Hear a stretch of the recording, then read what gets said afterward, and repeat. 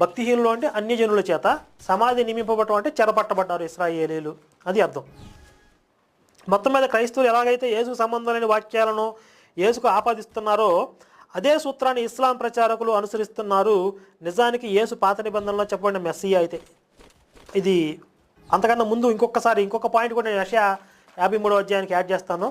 ఒకవేళ అది యేసు గురించే అయితే అతడు గాయపరచబడును, మన దోషములను బట్టి అతడు నలుగుగొట్టబడును అని ఫ్యూచర్ టెన్స్లో ఉండాలి.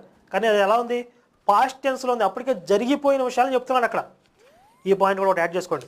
ఆ తర్వాత ఇలా సంబంధం లేని వాక్యాలను తీసుకొచ్చి యేసుకు ఆపాదిస్తున్నారు క్రైస్తవులు, ఇస్లాం ప్రచారకులు కూడా. ఒకవేళ నిజంగా పాత నిబంధనలో చెప్పబడిన మెస్సియా యేసే కనుక అయితే యెషయా 49:25, ఇర్మియా 23:5-8 వాక్యాలు, యెహెజ్కేలు 37:21-23 వాక్యాలు, మీకా 5:2 ఈ రెఫరెన్స్లు ఒకసారి మళ్ళీ చెప్తాను, రాసుకోండి.